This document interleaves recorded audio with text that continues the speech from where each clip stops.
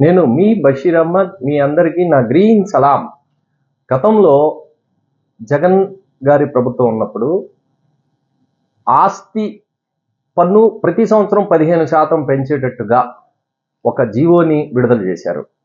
ఈ జీవో సారాంశం ఏంటంటే, మార్కెట్ వాల్యూ ఆధారితంగా ఇంటి పన్నులు పెంచుతాము అని జీవోల్ని విడుదల చేస్తే, వాటికి వ్యతిరేకంగా నాటి ప్రధాన ప్రతిపక్షమైన తెలుగుదేశం పార్టీ ఆధ్వర్యంలో అఖిల పక్షాలు మొత్తం ఆందోళన చేశాయి. ఆ అఖిల పక్షంలో ముస్లిం లీగ్ పార్టీ కూడా ఉన్న విషయం మీకు గుర్తు చేస్తున్నా.